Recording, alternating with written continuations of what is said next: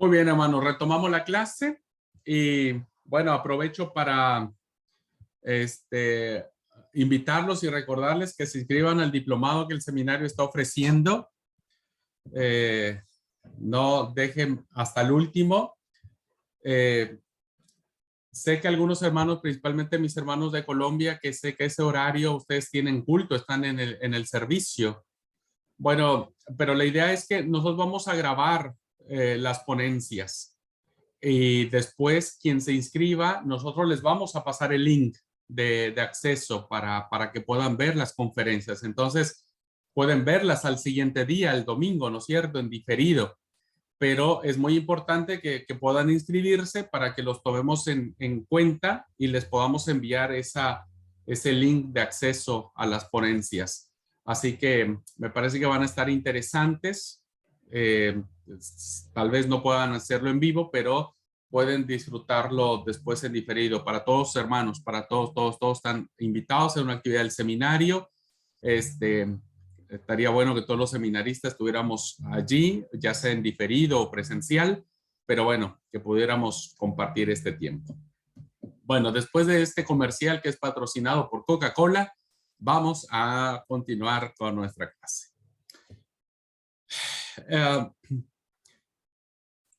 Voy a compartir la pantalla. Ahora, es muy importante, hermanos, que nosotros comprendamos lo siguiente. ¿Cuál es el tema central que tiene que ver con el libro de los jueces? Y es un ciclo de apostasía, es un ciclo que va de un lado para otro, ¿no es cierto? Y que se convirtió, diríamos, en un círculo vicioso. Quiero, por favor, que abran su Biblia y vamos a leer el mismo libro, hermanos, el mismo libro nos dice cuál es el tema del mismo. Y vamos a leer Jueces, capítulo 2, del 11 al 23. Ese es el tema central, en eso se resume todo. Si alguien, por favor, quiere leerlo.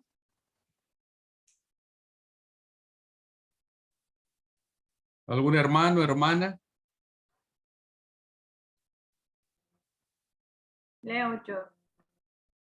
No hay, para tantito, amor. ¿Hay ¿Alguien más? Bueno. más? ¿Qué, hermano?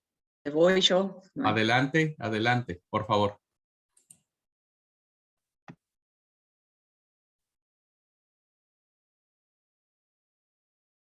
¿Sí? ¿Liti? ¿O quién era? No. ¿Quién era? Ya no supe quién era. Era yo y otro hermano más, pero que lea el hermano. Yo la Ah. Reina Valera tengo letras muy pequeñas y Ese, lo voy a hacer papá. Paz, hermanos, dice Jueces 2 del 11 Adelante, Pedrito. al 23. Después los hijos de Israel hicieron lo malo ante los ojos de Jehová y sirvieron a los Baales. Dejaron a Jehová, el Dios de sus padres, que los había sacado de la tierra de Egipto, y se fueron tras otros dioses, los dioses de los pueblos que estaban en sus alrededores, a los cuales adoraron y provocaron a ir a Jehová. Y dejaron a Jehová y adoraron a Baal y a Astarot.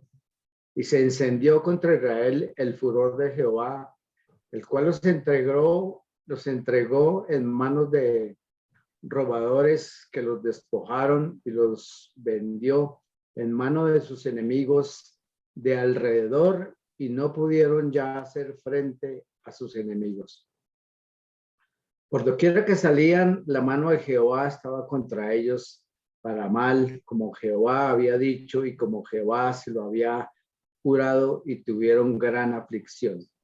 Y Jehová levantó jueces que los librasen de mano de los que les despojaban. Pero tampoco oyeron a sus jueces, sino que fueron tras dioses ajenos, a los cuales adoraron, se apartaron pronto del camino en que anduvieron sus padres, obedeciendo los mandamientos de Jehová. Dice, ellos no hicieron así. Y cuando Jehová les levantó jueces, Jehová estaba con el juez y los libraba de mano de los enemigos todo el tiempo de aquel juez, porque Jehová era movido a misericordia por sus gemidos a causa de los que los oprimían y afligían. Mas acontecía que al morir el juez, ellos volvían atrás y se corrompían más que sus padres, siguiendo a dioses ajenos para servirles e inclinándose delante de ellos, y no se apartaban de sus obras ni de su obstinado camino.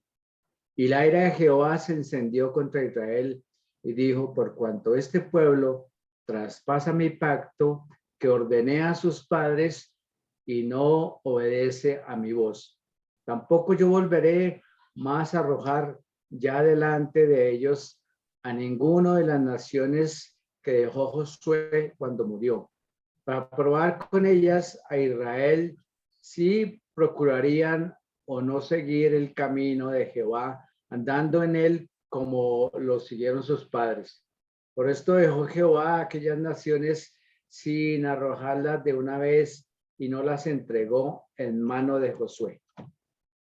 Gracias, mi hermano Pedro. Gracias. Entonces, ¿qué vemos aquí, hermanos? Vemos que ese es el preámbulo, diríamos, ¿no es cierto?, de lo que vamos a leer a partir del capítulo 3 en adelante. ¿Qué es lo que pasaba según la misma testificación o certificación que hace el escritor sobre este periodo? Tiene 4 fases este tema central de los jueces. Todo empezaba en la primera fase, hermanos, cuando Israel dejaba a Yahvé para seguir a otros dioses, a dioses falsos, ¿no? Dice el texto que se fueron tras otros dioses, los dioses de los pueblos que estaban a su alrededor, a los cuales adoraron. Todas esas prácticas, ¿no?, depravadas, inconcebibles, que atentaban contra Dios, finalmente el pueblo terminó siendo seducidos por ellas. Y entonces dice el texto que dejaron a Jehová. Fíjense la expresión, es una expresión muy difícil de entender, de aceptar, ¿no? Porque finalmente es una expresión donde el historiador sagrado da por sentado el actuar de este pueblo que había hecho una alianza con el Señor y se dejaron a Jehová. Y el problema no es que solo lo dejaron, sino dice también que adoraron a Baal y Astaroth. E hicieron lo que ellos hacían, ¿no? Seguían siempre en pos de dioses ajenos. Israel había olvidado el pacto que ellos habían hecho con Dios en el Sinaí.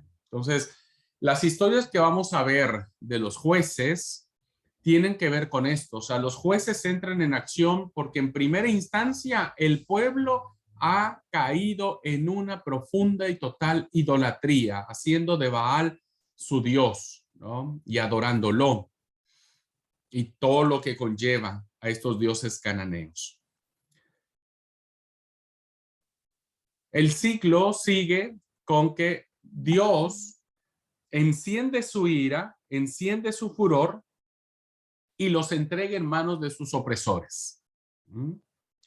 Y dice que encendió contra Israel el furor de Jehová, el cual los entregó en manos de sus robadores, que los despojaron y los vendió en manos de sus enemigos de alrededor, y no pudieron ya hacer frente a sus enemigos. O sea, Dios, la forma que tiene de castigar a este pueblo que no ha respetado el pacto es entregarlo a sus enemigos, a sus opresores, ya sean los amonitas, ya sean los moabitas, ya sean los filisteos, ya sea cualquier pueblo, ¿no es cierto?, que esté a su alrededor. Dios los entrega para que sean oprimidos por ese pueblo. En la historia del juez Otoniel, fueron vendidos o entregados en manos de Cuasiratim, rey de Mesopotamia, y ellos estuvieron sirviendo a este rey durante 8 años, estuvieron oprimidos, ¿no? Porque en la historia del rey, de esta historia donde aparece el juez Otoniel, estoy en el capítulo 3, versículo 7, dice, hicieron pues los hijos de Israel lo malo ante los ojos de Jehová y olvidaron a Jehová su Dios y sirvieron a los Baales y a las imágenes de acera. Se cumple el primer momento, ¿no? Donde Israel deja a Yahvé para servir a otros dioses, se olvidan de Jehová. Ese es un tema muy recurrente del texto sagrado, ¿no? Por eso es que hay más de una expresión que dice no te olvides, no te olvides, no olvidéis, no olvidéis, recordá, recordá, etcétera. Luego, en la historia de este, ¿cómo se llama? De Otoniel, estoy leyendo el capítulo 3, versículos del 7 al 8, del 7 en adelante, donde está la historia de este juez. Dice que en el 8, y la ira de Jehová se encendió contra Israel y los vende en manos de este rey de Mesopotamia durante 8 años. Ese va a ser como el patrón de conducta. Israel deja a Jehová, el Señor los entrega a sus opresores y viene el tercer momento, cuando el pueblo empieza a clamar, cuando el pueblo empieza a sentir, diríamos en términos muy coloquiales, que el agua le está cubriendo la cabeza, no puede más.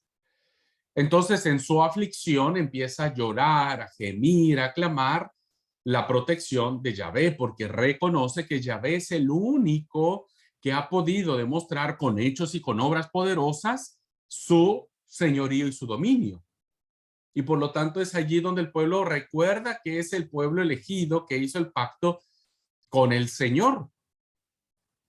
El versículo 9, el capítulo 3, versículo 9, la historia de Otoniel, estoy poniendo el ejemplo, dice, entonces clamaron los hijos de Israel a Jehová. Clamaron los hijos de Israel a Jehová. Y esto, hermanos, hace que Israel pueda reconocer que solamente en Dios encuentra. Eso lo vamos a encontrar en todas esas historias, hermanos. Las historias de Ahol, la historia de Débora y de Barak, la historia de Gedeón, todo eso lo vamos a encontrar. Este patrón que estamos viendo ahora, lo vamos a encontrar en estas historias. Me parece que eso fue lo que quiso rescatar el redactor sagrado, ¿no? Al plantear solo estas historias de los jueces mayores y no así considerar las historias de los jueces menores. Y entonces sucedía, hermanos, que cuando el pueblo clamaba, lloraba, se lamentaba, reconocía que había hecho mal, tal, le proporciona el Señor un libertador que rompe el yugo de los invasores. El versículo 9 del capítulo 3 dice, y Jehová levantó un libertador a los hijos de Israel y los libró. Esto es Otoniel, hijo de Cenaz, hermano menor de Caleb. Y el espíritu de Jehová vino sobre él y juzgó a Israel y salió a batalla y Jehová entregó a sus enemigos en sus manos. Entonces, vemos en este momento, hermanos, que Dios muestra su misericordia. Hay unción del Espíritu, hay posesión del Espíritu en la vida de este personaje llamado Otoniel, ¿no es cierto? Se levanta en batalla y es Dios quien le entrega la guerra en sus manos. Entonces, en este tema central, hermanos, Dios juega un papel importantísimo. O sea, Dios juega un papel en el primer punto, porque es el Dios de la alianza. Y el problema que ha tenido Israel es que ha quebrantado la alianza. Pero el papel de la alianza, el papel fundamental de la alianza, lo tiene Dios. Porque Dios fue quien quiso hacer con Israel un pacto de hacerlo un pueblo especial, un especial tesoro, etcétera, etcétera. En el segundo, hermano, Dios es el actor principal porque él no puede, su santidad no puede tolerar bajo ninguna circunstancia, ¿no? La idolatría. Entonces Dios tiene que enseñar a su pueblo. Dios tiene que enseñar a su pueblo que ha quebrantado y que el pueblo tiene que entender que las consecuencias de la opresión no es capricho divino, sino es decisión de ellos. Es producto de sus actos. Tercero, Dios es un Dios clemente y misericordioso, tardo para la ira y grande en misericordia. Dios está allí, hermanos, escuchando a este pueblo que aunque Dios sabe que dentro de pocos años, 20, 30, 40 años que duran más o menos los lapsos de paz de Israel, va a volver a hacer lo mismo. Aún así, Dios muestra su misericordia. Entonces, en el tercer punto, el personaje principal sigue siendo Dios. Dios que escucha a un pueblo que su arrepentimiento es más falso que una moneda de 3 pesos con 50 centavos. Porque Israel está clamando y está pidiendo la intervención divina por sus intereses, porque le está llegando el agua hasta la cabeza. No porque esté reconociendo que hizo mal y que ha roto la alianza, sino porque no soporta más la opresión.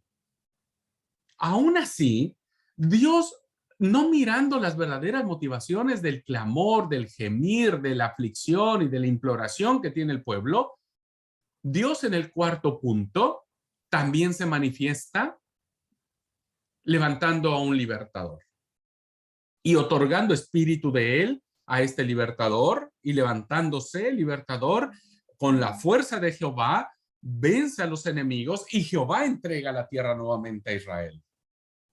Entonces, qué interesante ver al Señor, ¿no? En este acto, como lo vimos en el tema de los jueces.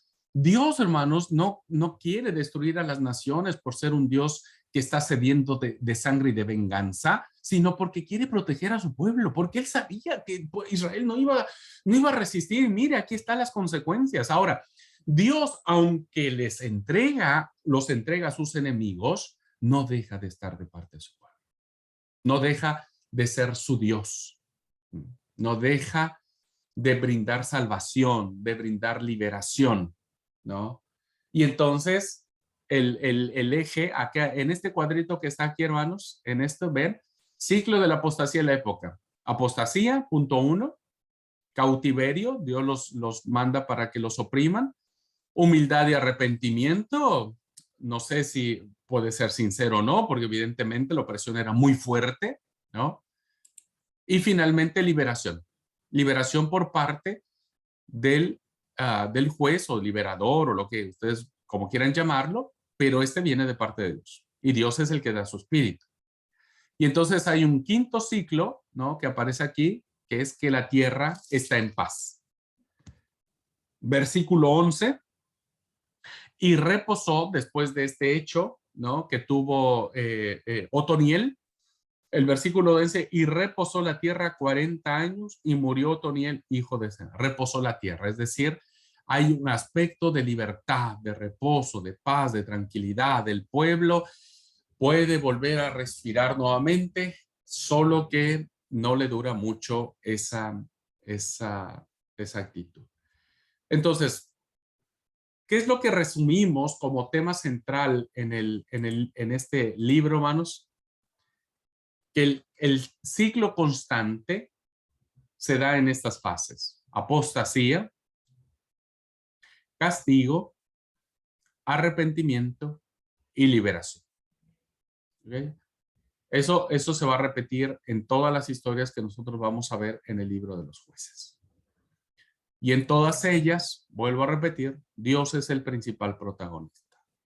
No un antagonista, sino protagonista. No un hombre sediento de sangre, sino no un ser sediento de sangre, sino un ser sediento de seguir mostrando su bondad y su misericordia a un pueblo que sigue empedernido en sus acciones. ¿Por qué? Porque después de estos 40 años, en el versículo 12, dice, capítulo 3, versículo 12, volvieron los hijos de Israel a hacer lo malo delante de los ojos de Jehová. Y otra vez volvemos a entrar al mismo ciclo en la historia de Ahod.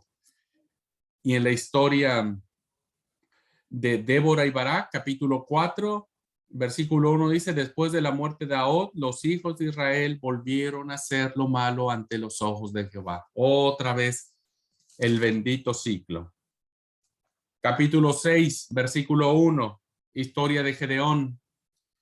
los hijos de Israel hicieron lo malo ante los ojos de Jehová y volvieron otra vez a su idolatría. No les duró para nada la enseñanza, no aprendieron absolutamente nada.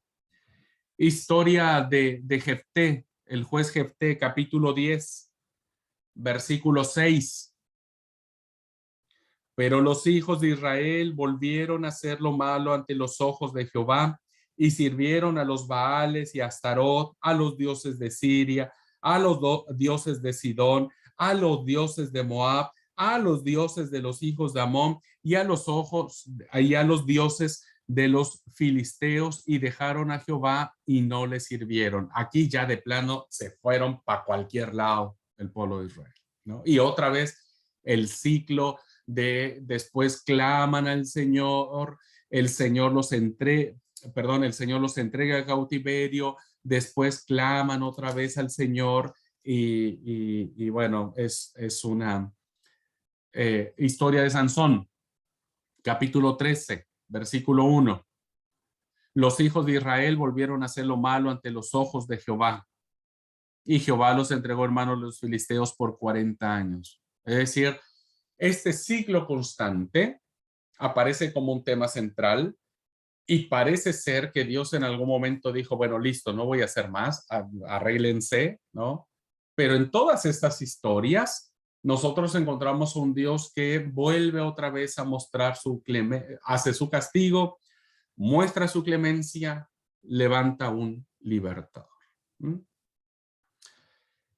Muy bien. Y finalmente, hermanos, voy a decir un poco acerca de lo significativo que tiene la figura femenina en los libros, en este libro histórico, porque resulta muy interesante su figura, y en algunos casos solo su figura y en algunos casos su función, que marcan un sentido muy interesante. La figura de Débora es muy rica, muy interesante. Ella era una profeta, una profetisa, ¿no? Y que ella juega un papel muy importante para la victoria de Barak. Entonces, en un ambiente, hermanos, confuso y demás, que una mujer sea considerada de esta forma, aunque si bien es cierto, su historia se ha ido diluyendo y a veces se minimiza, como decir, sí, hubo una mujer profetisa en el tiempo de los jueces, pero Sansón, pero Gedeón, desgraciadamente, aunque se ha ido minimizando a la mujer, lo cierto es que el libro de Jueces habla claramente sobre la función de esta importantísima mujer en la época de los jueces, ¿ok? Como profeta, como juzgadora, como alguien que fue una mujer importante, o sea, tuvieron que consultarla a ella para ver si ganaban la guerra, o sea, no era cualquier mujer, y su figura tiene un peso profundamente importante en la historia de la victoria de Israel. Ahora, Jael es una mujer que tiene una figura, no una función, tiene una figura muy importante, porque finalmente es quien toma la venganza, diríamos, en ella se materializa la victoria del pueblo de Israel, matando a Sísara, o Sísara, no sé cómo se pronuncie, Sísara, porque tiene acento en la I primera, Sísara, matándolo, ¿no? Ya sea de un golpe, ya sea clavándole una estaca en la cabeza, que le atravesó toda la cabeza, todo el cráneo se lo atravesó. Qué interesante que una mujer haya tenido ese valor, que esa fuerza. A veces uno dice, la mujer, pobre mujer, no puede hacer mucho. Bueno, Jael nos da la lección de que cuando cumple el propósito de Dios, es capaz de hacer justicia de la misma manera que un hombre. Bueno, tenemos la hija de Jefté. Ya espero que en alguna clase podamos ver esta historia interesante y explicarla. Pobre chica, pobre digo en el sentido de que, bueno, terminó siendo objeto de esta palabra que pronuncia su papá Jefté, que tiene un papel muy interesante, porque incluso hay un testimonio, dice, y hasta ahora se sigue recordando un día especial, el luto que tuvo Jefté con sus doncellas. O sea, lo que pasó, la hija de Jefté, perdón, lo que pasó, lo que sucedió, la hija de Jefté fue recordado durante muchos años, muchos siglos, muchas generaciones, ¿eh? Entonces, tuvo un papel muy importante la hija de Jefté. Y ya no tengo tiempo, pero ya les explicaré por qué tuvo un papel muy importante esta chica. La madre de Sansón, hermanos, es una figura muy importante, ¿no? En su formación, en todo lo que hace. También tiene una figura y una función muy importante para uno de los grandes libertadores de Israel. Igual las mujeres, hermanos, Dalila tiene un papel muy importante, no solo Dalila, sino las otras mujeres previas, ¿no? Que tienen una función de peso, ¿no? Una función de peso. A veces condenamos a Dalila, pero debemos entender en qué contexto estaban manejando los hechos. O sea, vemos que juzgamos a Dalila que traicionó a Sansón por plata, por interés, pero no nos damos cuenta que el primero que traicionó a Jehová fue Sansón. Bueno, la concubina de Levita es otra mujer que no tiene nombre, pero que cumple una función muy importante en la constitución del pueblo de Israel, porque ella es someterse a las costumbres de aquella época, muy bárbaras, por cierto. Se convierte en un símbolo de guerra para hacer la guerra civil. ¿Ah? Ella es el símbolo de la guerra civil que se suscita entre las distintas tribus del pueblo. Y las jóvenes danzantes de Silo, que al final, en el segundo apéndice del libro de Jueces, aparecen siendo raptadas por los benjaminitas para que su tribu no quedase sin descendencia.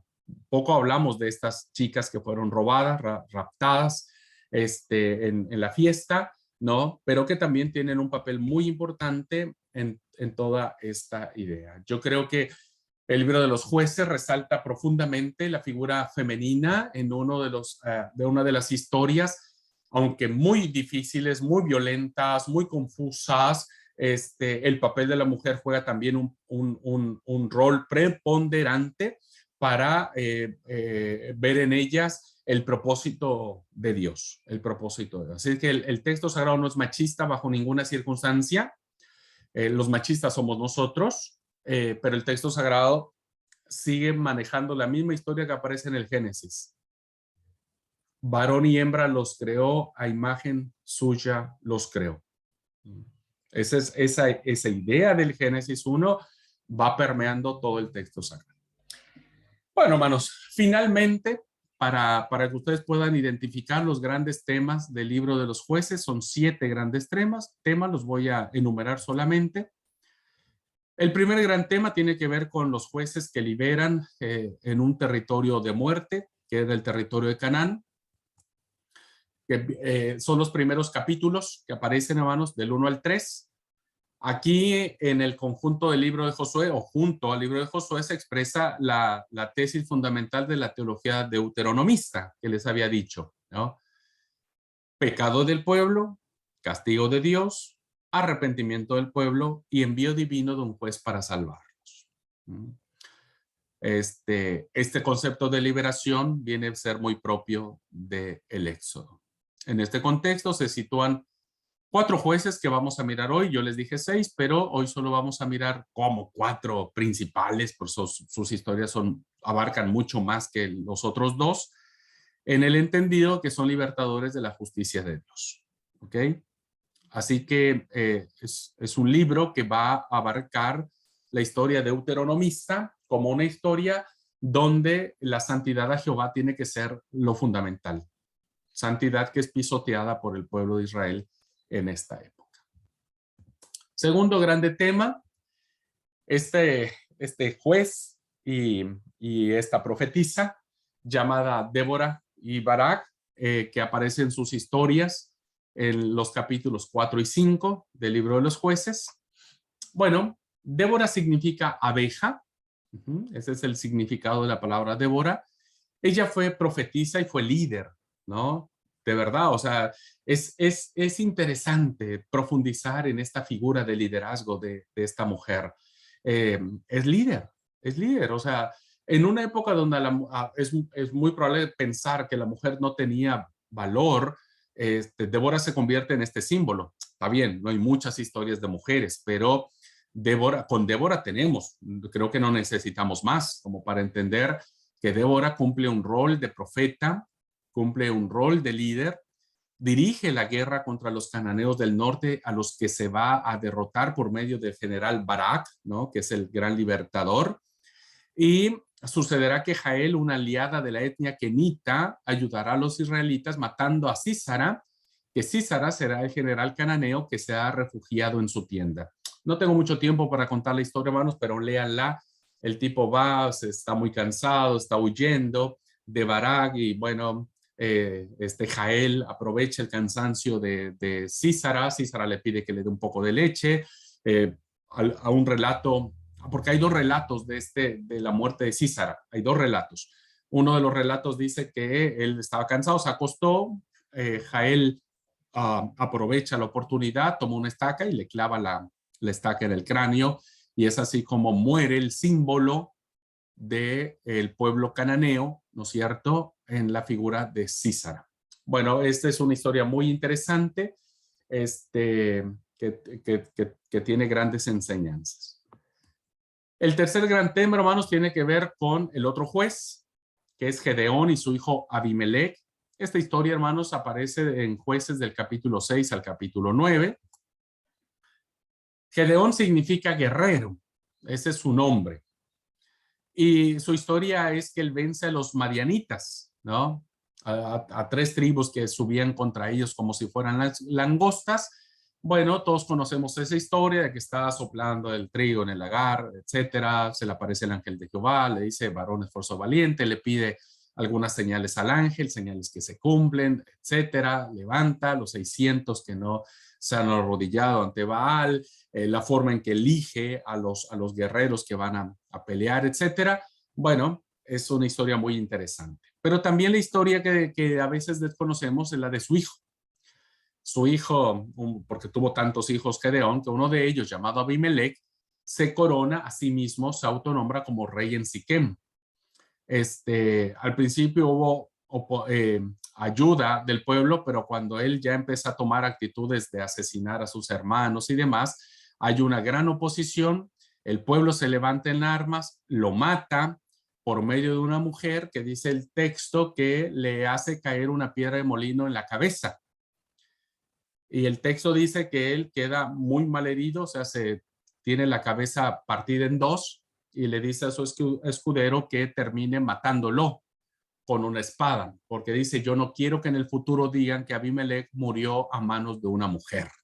Evidentemente, Abimelech desconocía la figura masculina y vean cómo una mujer, ahora hay otra mujer acá, ¿no es cierto?, que toma venganza y que cumple el propósito de Dios matando a Abimelech. El otro juez que entendemos, hermanos, es Jefté y su hija. Jefté significa Dios abrirá o significa abrirá, pero en términos generales sería Dios abrirá.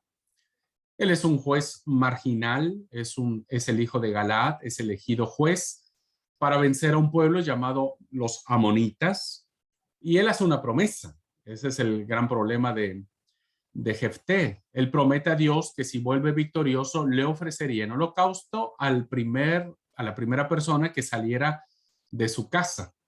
Y él le cae como un balde de agua fría cuando ve que la primera que sale de su casa es su única hija y tiene que cumplir sus votos. La chica acepta, hay un sometimiento muy, muy especial por parte de la hija. La hija solo le pide que le dé unos días de luto con sus amigas para llorar lo que va a suceder, y se va al bosque a llorar.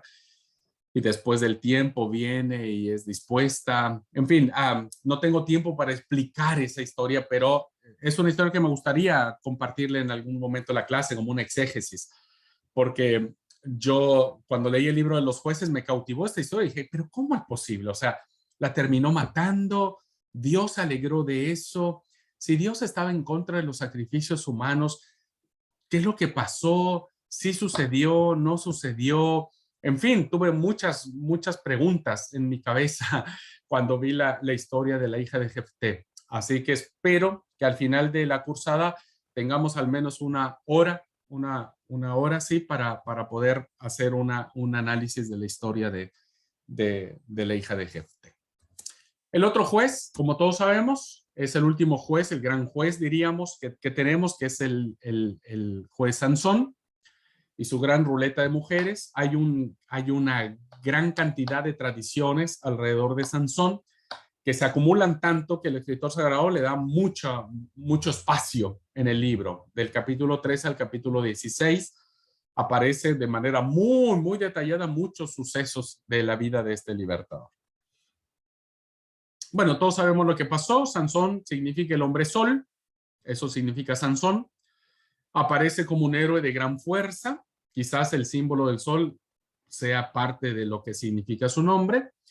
Vence a los filisteos, él siempre está en la lucha con estos pueblos, ¿no?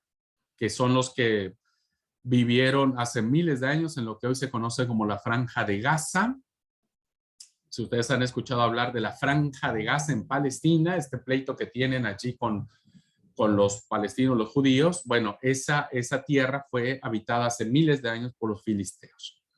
No se deja vencer por la intriga de las mujeres enemigas, a las que ama, porque siempre le saca la vuelta, aunque bueno, él toma una sopa de su propio chocolate, diríamos, o sea, él es de la misma manera que ha hecho con Dios, y finalmente Dios en este ciclo, ¿viste? Vuelve a poner de su espíritu y entonces libera al pueblo, destruyendo el templo de Dagón con todos sus sacerdotes y toda la gente que había en ellos.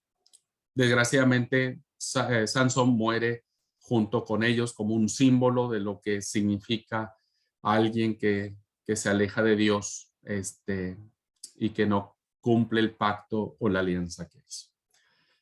Bueno, estos serían en términos generales, hermano, la historia de estos 4 grandes jueces que tienen mucho mayor peso, o el escritor sagrado les ha dedicado muchas páginas en su libro.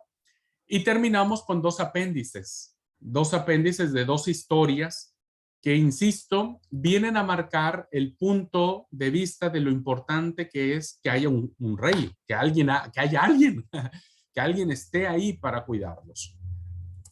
La historia de los danitas, que está en los 2 capítulos 17 y 18 del libro de los jueces.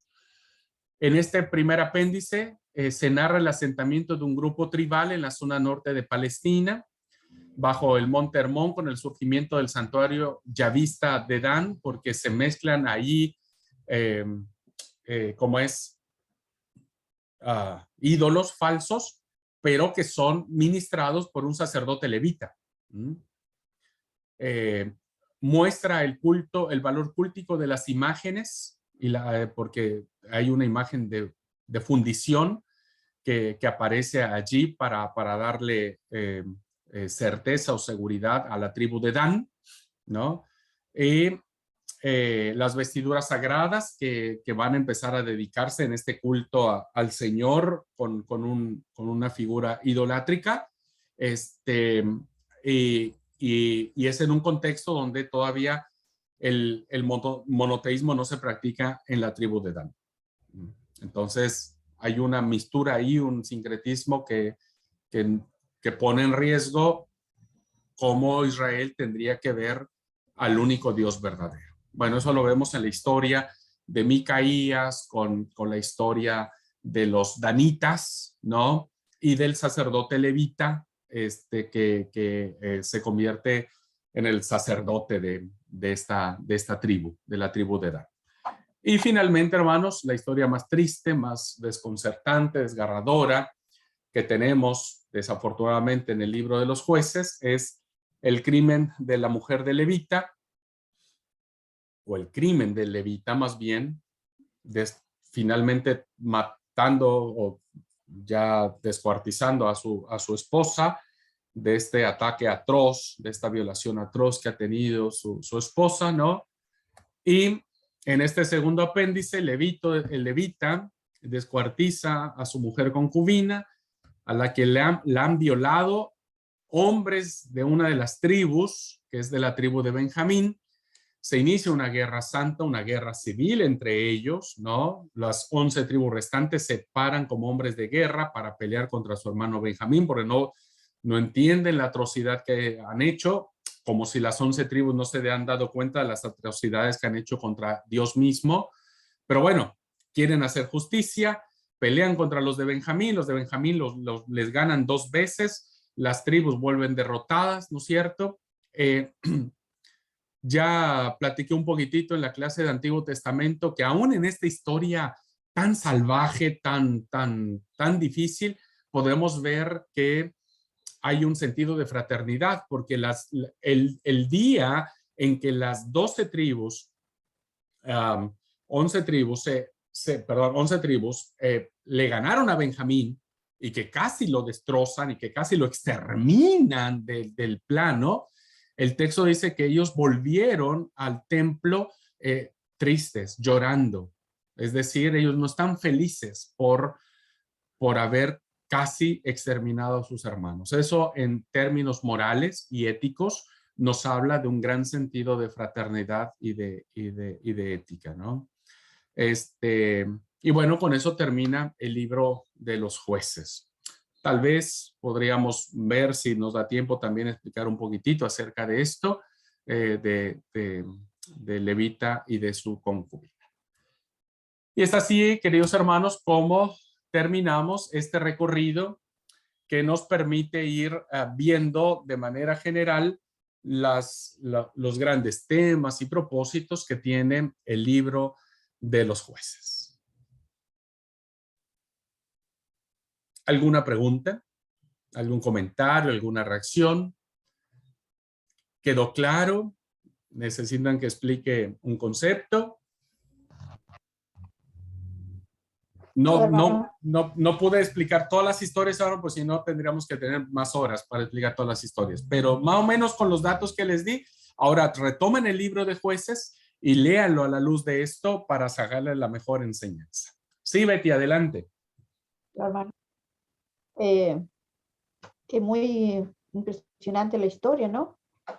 De cómo el pueblo se alejaba de Dios y buscaba a Dios la forma de que ellos se acerquen de vuelta, ¿no? A veces él mismo lo abandonaba para que pierdan, pero para que se den en cuenta que ellos se habían alejado. Y Dios nunca abandonó la alianza con ellos. Fueron ellos los culpables de todo lo que les pasó, ¿no es cierto? Y estaba comparando con las cosas que nos pasan a nosotros como hijos de Dios, ¿no? Por cualquier cosita nos mandamos para otro lado y después decimos, Dios, ¿por qué me pasa esto, no? Y nos olvidamos que nosotros somos los culpables. Me gustó la historia, es muy impresionante, nunca lo había visto de esa manera. Así que me encanta la historia, hermano, y gracias por explicarlo también. Qué bueno, gracias Betty, qué bueno. Ahora, sí. Betty planteó algo que se los voy a dejar de tarea como reflexión, ¿no es cierto? ¿De qué manera ahora nosotros, la iglesia o nosotros, podemos darnos cuenta que hemos faltado al pacto con Dios?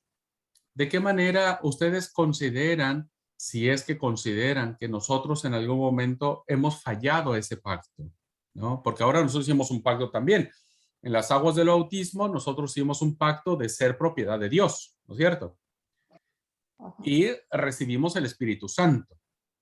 Ahora, la gran pregunta que me gustaría que ustedes reflexionaran es, ¿de qué forma nosotros hemos roto ese pacto? ¿De qué forma Dios nos ha entregado a nuestros enemigos? ¿No? ¿De qué manera? Porque pienso que Dios sigue enseñándonos muchas cosas a través de eso. ¿De qué forma Dios sigue mostrando su misericordia cuando nosotros gemimos, clamamos, papá, ayúdame, te prometo, ay, ahora sí, pero ayúdame, cuídame? ¿De qué manera, no es cierto? Dios ha sido misericordioso al volver a escucharnos una vez más nuestro quejido. Y sería interesante reflexionar, hermanos, cómo Dios ha provisto liberadores, cómo Dios ha provisto jueces, diríamos, en esos términos, ¿no? Para darnos vida. Les dejo esta reflexión, porque ya no me dio tiempo llegar a eso. Hoy solo planteé en términos, me fui al mundo de la Biblia. Pero como no es predicación, pues no hice el mundo de hoy. Pero yo les dejo a ustedes esta reflexión. ¿Cómo verlo? ¿Cómo hoy es ese actuar de Dios sigue haciéndose hoy? ¿O será que no? ¿Será que tal vez sí no? ¿Viste? Porque a lo mejor ya estamos en la gracia, porque tal vez ya estamos del otro lado del Jordán, qué sé yo. Serían lindas esas reflexiones. Bueno, ¿alguien más, hermanos, antes de despedir la clase? No, bueno, solamente rapidito que yo justamente pensaba en ese final que tú nos dejaste de tarea, cómo ahora nosotros hemos hecho nuestros propios dioses y nos hemos alejado del verdadero Dios, ¿no? Pero bueno, ya que lo dejaste de tarea, si después hay un tiempo para compartirlo, yo lo reflexionaba ahora para nosotros, cómo ahora, y a veces seguimos haciendo lo mismo que vos dijiste, ¿no? Seguimos haciéndolo, Señor, pero ¿por qué a mí? Como decía Betty, ¿por qué nos pasa? Y ayúdame, por favor, y bueno, nosotros mismos hemos hecho lo que Israel, solo que de diferente manera y parece muy velado, ¿no? Parece que no lo miramos. No queremos Gracias. mirarlo. Sí. Puede ser, pasa mucho por eso, ¿no? Sí, yo se los dejo de tarea. Reflexiono y les parece la próxima clase iniciamos con eso, con que ustedes compartan estas reflexiones. Váyanse, tómense un tiempo quieto y digan, bueno, Señor, ¿cómo hoy sucede eso? Y cómo, y revelame si no es que yo estoy teniendo un Baal en el corazón y no le estoy rindiendo culto a ese Baal, ¿no? Bueno, se los dejo de tarea y lo pensamos la próxima clase. ¿Ok? ¿Algo más, hermanos? Antes de irnos a hacer el almuerzo. Bueno, mis hermanos de Colombia, ellos almuerzan hasta más tarde, ¿no es cierto? Yo, hermano Pedrito, hermana Rosalba, creo que ustedes almuerzan más tarde. ¿Como en México puede ser? No. A la 1 de A la tarde. la 1 de la tarde, Una de la tarde. mediodía. Bueno. Tienen tiempo para ir a cocinar, hermanos. Nosotros no, nosotros almorzamos a las 12 del día y tenemos 20 minutos para hacer un asado. Tenemos, dijo la mosca. Que estaba en la- Hoy se almuerza lo que sobró de ayer. Eso es ley también. Y Bien ahí, Marisa. tal cual. Saldos y retazos, pastor. Tal Los lunes cual. está para eso. Tal cual, eso vamos a hacer nosotros. Bueno, hermanos, si no hay nada más, deseo que Dios los bendiga. Nos vemos la próxima clase. Vamos a entrar al libro de Samuel. Vamos a tener el libro de Samuel con las monarquías y bueno, vamos a seguir adelante. Que Dios los bendiga. Tengan lindo lunes.